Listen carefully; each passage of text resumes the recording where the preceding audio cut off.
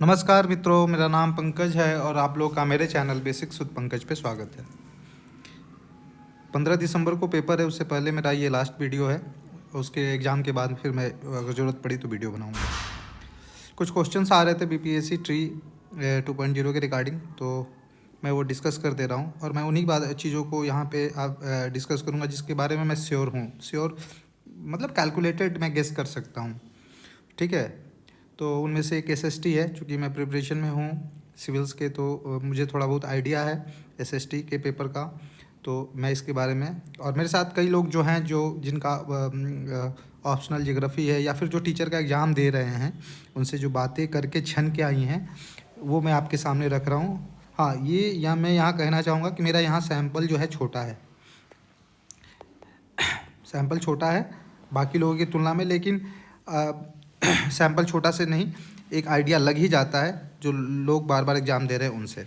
तो एसएसटी में अगर 6 to 8 की बात करें तो जो कट ऑफ जो जाने वाला यूआर का मेल 80 6 to 8 में, और 9 to 10 में एसएसटी में यूआर का 676 प्लस रहेगा ही सर। मेल में है कंपटीशन। वही फीमेल में बात करें 6 to 8 में तो 72 रहेगा और 9 to 10 में 70 रहेगा। 6 to 8 बीसी की बात करें तो 70 रहेगा और 9 to 10 बीसी की बात करें तो 72 रहेगा मेल। और फीमेल में यही 70 जाएगा, ये फीमेल है, और ये फीमेल में यहाँ पे 66 जाएगा। एक चीज़ और, फीमेल में और नीचे जा सकता है, डिफरेंट कैटेगरी में फीमेल में इससे ऊपर नहीं जाएगा, इससे नीचे जा सकता है। ठीक है, मैं एक्सट्रीम बता रहा हूँ, लेकिन मेल का जो है, मेल का यहाँ 76 प्लस ही लिखा है, मतलब इससे ऊपर जाए तो आपको आश्चर्यचकित नहीं होना है। ठीक है, और EWS का 74 male, female 65, even it might go down, ये नीचे जा सकता है, और 70 EWS में 9 to 10 में, और ये 62 मार्क्स फीमेल में, EWS फीमेल में। उसी तरह से EBC में आप इस बार रिजर्वेशन ज़्यादा बढ़ा है तो आप 3 नंबर कम कर सकते हो यहाँ पे, या 70 के आप के पास ला सकते हो, या इवन ये 68 भी जा सकता है। EBC में 68 कर लो, 68 प्लस, और यहाँ पे आप आओगे तो ये भी 64 के अराउंड। ठीक है, मेल में। फिर फीमेल में ये बहुत कम जाएगा, फीमेल में 58 चला जाए तो डाउट नहीं करना है। EBC, और इवन इट में गो डाउन अप टू वही 56। तो इस तरह से बाकी SC ST में और नीचे जाएगा, लेकिन मैं मेल का जो कंपटीशन है उस पर ज़्यादा फोकस करूँगा, UR में और BC में और EWS में। ये तो यही है, स्कोर आ रहे हैं। आप जो भी कहो, जो लास्ट के जो बच्चे हैं वो स्कोर कर रहे हैं, जिनमें लास्ट में 1% जो भी बच्चे होते हैं। ठीक है, तो इसको यहीं पे समअप करते हैं SST वाले का। बाकी और सब्जेक्ट का मुझे आइडिया नहीं मिला, इसलिए हम उसके बारे में बात नहीं करेंगे, लेकिन SST का जो आइडिया है वो मैं आपके सामने रख रहा हूँ। ये प्रेडिक्शन है, हो सकता है मैं गलत हो जाऊँ, लेकिन चांसेस कम ही है। अगर गलत हो जाए तो वेल एंड गुड, नीचे जाए कट ऑफ, मैं चाहता हूँ कि और नीचे कट ऑफ जाए। ठीक है, अब आते कंप्यूटर साइंस की बात करते हैं। उससे पहले एक चीज़ और बात कर लेते हैं सारे सब्जेक्ट के लिए। वो 40 नंबर की बात करते हैं, 40 मार्क्स में वो कैसे अपने स्कोर को बूस्टअप कर सकते हैं, वो लास्ट में मैं बता दूंगा आप लोग को। अब यहाँ कंप्यूटर साइंस की बात कर लेते हैं कि लास्ट टाइम में हमारा कोर्स ऑफ एक्शन क्या होना चाहिए। पिछले वीडियो में बताया था, इस बार उससे थोड़ा ज़्यादा मैं थोड़ा मेटा एनालिसिस किया, थोड़ा ज़्यादा एनालिसिस किया, और मैं चाहता हूँ कि वो एनालिसिस आपके साथ शेयर करूँ और आपका भी 1-2 नंबर बढ़े। तो लॉन्ग स्टोरी कट शॉर्ट, छोटे में बताता हूँ, लंबा वीडियो हो जाता है इसलिए लिख दिया हूँ, और आप लोग पेशेंस से सुनेंगे। 1-2 number, every marks is important here, ठीक है। तो 120 क्वेश्चन है, इसमें 80 क्वेश्चन जो है आपके सब्जेक्ट से रहेंगे, जिसमें आप एक्सपर्ट हो, that is a computer science या कोई भी हो। ये सबके लिए बेनिफिशियल है, हर सब्जेक्ट वाले इस मेटा एनालिसिस का फ़ायदा उठा सकते हैं, जो PGT का एग्ज़ाम 15 तारीख को देने जाएंगे। और 40 मार्क्स जो है आपका GK, मैथ्स और साइंस वगैरह जो पूछेगा। तो यहाँ पे मैंने देखा कुछ बच्चे जो अच्छा परफॉर्म कर रहे हैं, KVS वगैरह में सेलेक्टेड है, वो 80 में 48 52 ला रहे हैं, और ऑन एन एवरेज यहाँ पे 24 मैक्स 24 ला रहे हैं। मेरा एक एनालिसिस है, मेटा एनालिसिस है, मैं गलत हो सकता हूँ। तो मतलब 72 को वो डिसेंट स्कोर मान रहा है, ठीक है 72। लेकिन मुझे क्या लगता है कि जो भी एग्ज़ाम देने का एक मेरा एक्सपीरियंस है, होता क्या है ना कि आप 61, जैसे मैं 69 बीपीएससी की बात कर रहा हूँ, मेरा 89 मार्क्स है प्रीलिम्स में, और उन्होंने मुझे जनरल में क्वालिफाई किया है 91 कट ऑफ जाने के बाद। मतलब दो नहीं 3 नंबर तक का ग्रेस मिला है मुझे। तो मैं जानता हूँ कि मेरे मार्क्स जो है 89 ही हैं, तो वो 3 क्वेश्चन डिलीट किए थे, तो ऐसा कुछ एरर होता है, वो लोग एडजस्ट करते हैं। तो उसी तरह से पता नहीं उनका क्या अंदर का सिस्टम है, लेकिन मैं जो फील किया वो बता रहा हूँ। तो उसी तरह से उस तरह की डिस्क्रिपेंसी जो मैनेज करते हैं, एरर को मैनेज करते हैं, तो उन सारे एरर को मैं यहाँ नहीं बता सकता, जो मैं फील किया हूँ। हर एग्जाम में कुछ ना कुछ अलग ही करते हो। तो कट ऑफ जो है उस हिसाब से 78, मतलब पीजीटी की बात करें कंप्यूटर साइंस की, कई वीडियो में बता चुका हूँ, 75 to 78 यूआर के लिए सेफ़ है।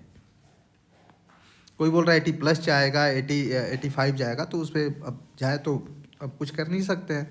लेकिन ये डिसेंट स्कोर है, इतना लाने में। यहाँ 80 में बहुत आप करोगे तो क्या करोगे, 52 लाओगे, और यहाँ पे 24, फिर भी आप 76 पे जाके रुक जा रहे हो, ठीक है। 72 यहाँ डिसेंट स्कोर है। अगर आप टेस्ट सीरीज लगाए हो, कोई बता दे कि जो 80 में 60 ला रहा है और यहाँ पे 30 ला रहा है, तो 90 जाएगा। ये मैं बेस्ट जो लड़के हैं उनकी बात कर रहा हूँ मैं। वैसे सीट कम है तो बेस्ट ही लड़के सेलेक्ट होके आएंगे। तो कट ऑफ जो है ना, अगर वेलफेयर की बात करें तो मुझे लगता है कि यूआर का 78 to 80 के बीच में रहेगा। और जनरल और पीजीटी की बात करें, वेलफेयर में जो एक कंप्यूटर साइंस का एग्ज़ाम हुआ था, और पीजीटी की बात करें, पीजीटी कंप्यूटर साइंस की जो 10+2 के लिए होगा 15 तारीख को, उसके लिए 75 to 78 मैक्स है। यहाँ पे आप 40 में 24 बहुत अच्छे हैं आप, तो 30 ला देंगे। तो 30 भी लाएंगे, या 52 ला रहे हैं तो 82। तो कुछ लड़के तो होंगे ही ना, एक्स्ट्रा ऑर्डिनरी तो होंगे ही, कुछ तो अच्छा परफॉर्म करेंगे ही। तो कट ऑफ तो लेकिन जनरल लड़कों से बनेगा। तो मेरा ये आकलन है, हो सके 1-2 नंबर ज़्यादा हो जाए, तो उसमें मैं कुछ नहीं कर सकता। लेकिन मुझे लगता है कि आपको पता होना चाहिए कि आपका एक बार कहाँ तक है।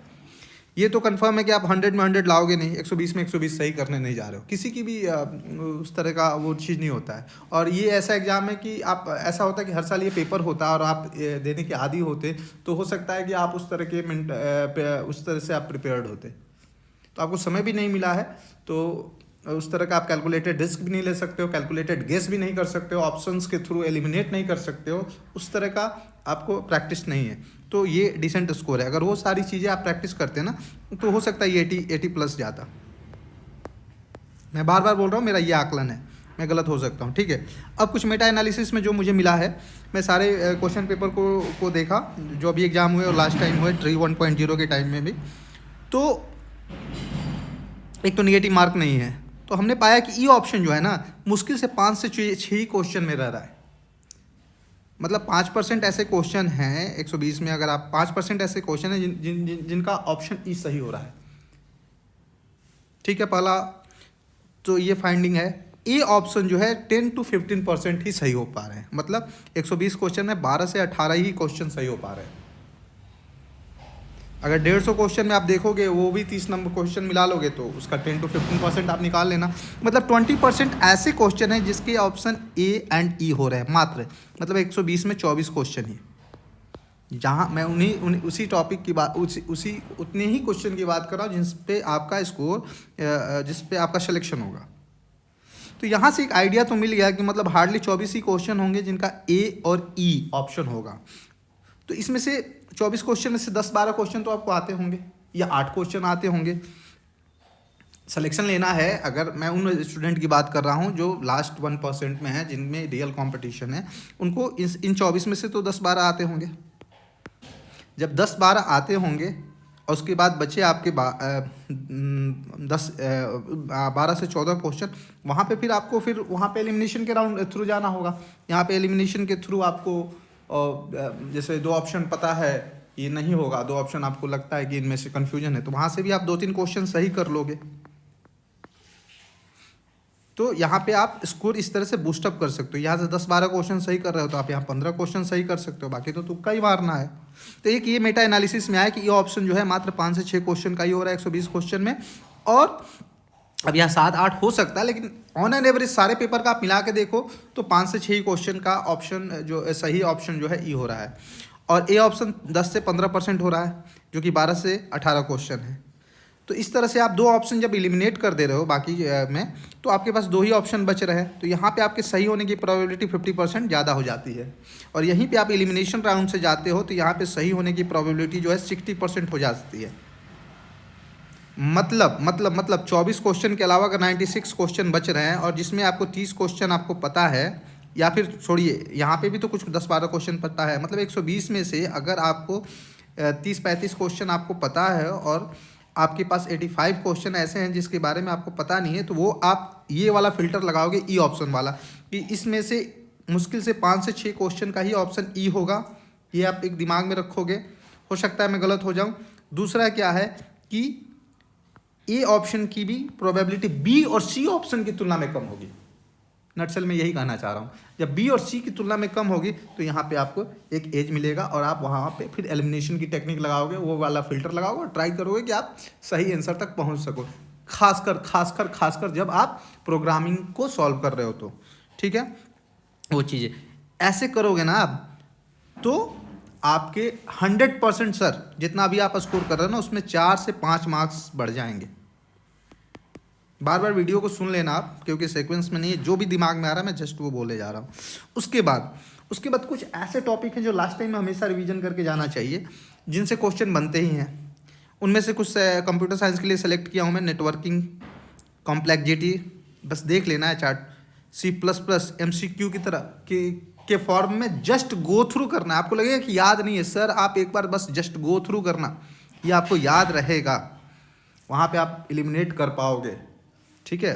और ब्लैंक होने से अच्छा है ना कि कुछ आइडिया हो, तो फिर आप एलिमिनेशन के थ्रू 10 क्वेश्चन बना रहे हो, तो जहाँ आपकी प्रोबेबिलिटी है कि 3-4 क्वेश्चन सही करो, वहाँ पे 6-7 क्वेश्चन सही करो। क्योंकि अल्टीमेटली आपको क्या करना है ना, इस 80 क्वेश्चन में जो 48 या 45 सही हो रहा है ना, इसको 50 के प्लस करना है आपको।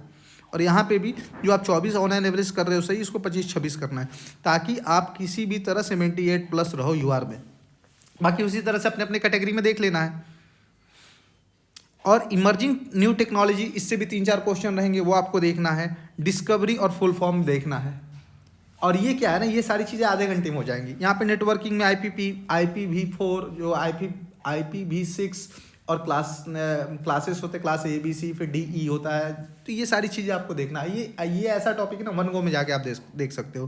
फिर प्रोटोकॉल्स, बस आपको देख लेना, गो थ्रू करना, टेंशन नहीं लेना याद है नहीं है, वहाँ पे सर याद आ जाता है। एग्जाम का ऐसा प्रेशर है ना, याद आ जाता है। और हमें तो 2-4 ही क्वेश्चन का एज लेना है, ठीक है। अब उस 40 मार्क्स में फिर से बात कर देते हैं कि अगर मैथ्स में अगर 8 से 9 क्वेश्चन है या 10 क्वेश्चन है, यहाँ 80% आपकी एक्यूरेसी रहनी चाहिए। कैसे आएगी? ई तो ऑप्शन आपको पता चल गया कि ई का चांसेस कम है होने का, ए का भी पता चल गया।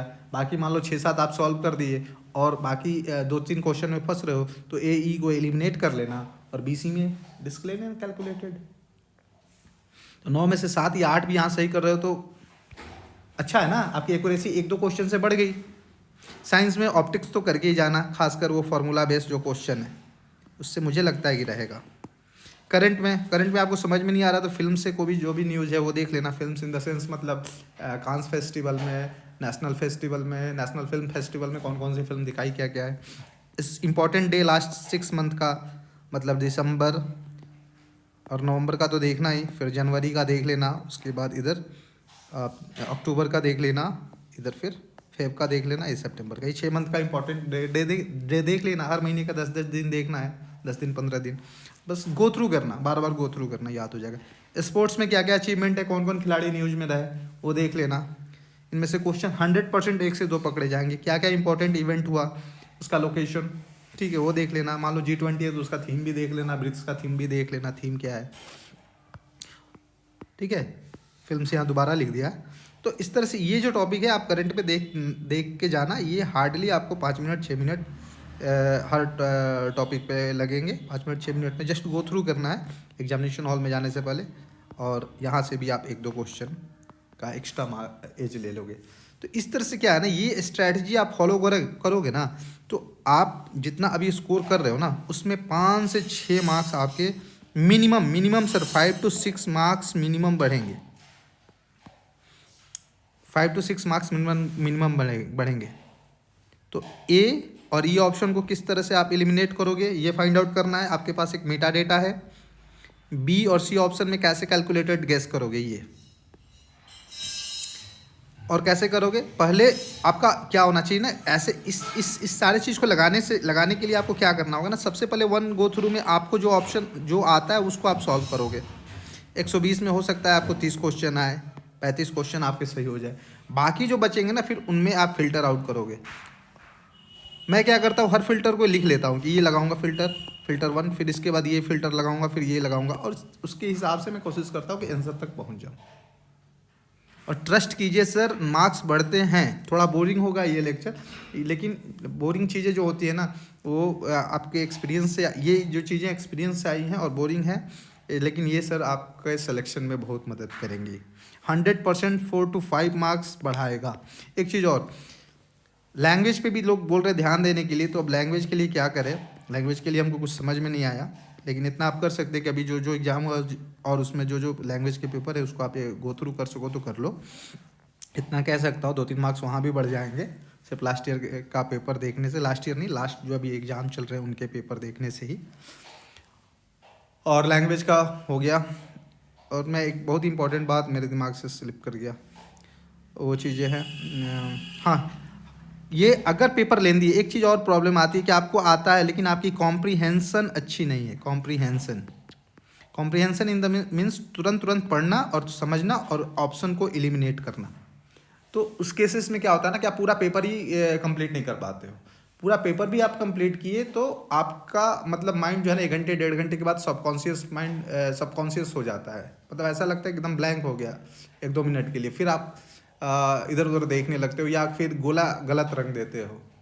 तो उस केसेस में आप क्या करोगे, इंस्टेंट एनर्जी के लिए अपने पास एक चॉकलेट रखोगे। मान लो आप सैचुरेशन फील करने लगे, आपको लग रहा है कि नहीं अब मेरा दिमाग ब्लैंक हो रहा है, दिमाग काम नहीं कर रहा है, वो होता है आप जब एग्ज़ाम दोगे रियल टाइम में तो वो फील आता है। मुझे तो आता है, मेरे साथ के जो भी लोग हैं उनको भी आता है। तो उस समय बस एक चॉकलेट खा लोगे ना, इंस्टेंट एनर्जी देगा, और थोड़ा पानी पी के आप फिर से पेपर देने में लग जाना। तो ये चीज़ें हैं, तो ये छोटी छोटी चीज़ें हैं ना, ये चीज़ें आप करके यहाँ पे ये वाली चीज़ें कॉम्प्रिहेंशन और ये अपने एनर्जी को बूस्टअप करके चॉकलेट खा के इंस्टेंट शुगर लेके, ये यहाँ पे आप ह्यूमन एरर को मिनिमाइज कर सकते हो। जो मानवीय भूल हो जाती है ना, हर एग्जाम में आपसे 2 से 3 क्वेश्चन गलत हो जाते हैं, क्योंकि आपको आता था फिर भी आप गलत गोला रंग दिए। तो ये यहाँ पे 1-2 क्वेश्चन यहाँ पे आप कम गलती करोगे। तो इस तरह से आप लास्ट आवर में ईजिली मिनिमम 5 to 6 मार्क्स आप बढ़ा सकते हो। बार बार वीडियो को देख लेना, क्योंकि सीक्वेंस में चीज़ें नहीं बताई है। 5 to 6 मार्क्स मिनिमम आप बढ़ाओगे अगर आपको इंटेलिजेंट वे में इस सारे एक्सपीरियंस को यूज किए तो 10 मार्क्स। अगर आप 70 ला रहे हो तो हो सकता है 80 ला दो, या 8 मार्क्स तो 78 ला दो। तो इस तरह से सिलेक्शन के चांसेस हो जाएंगे, और ये कैटेगरी वाले को तो और बेनिफिट करेगा। तो ये लास्ट टाइम की स्ट्रैटेजी है सर, सोचा आप लोग के साथ शेयर कर दूं। थोड़ा बोरिंग है लेकिन बार बार ध्यान से सुनिएगा, काम करता है। ओके, धन्यवाद। अच्छा लगे वीडियो तो चैनल को लाइक और सब्सक्राइब भी करें।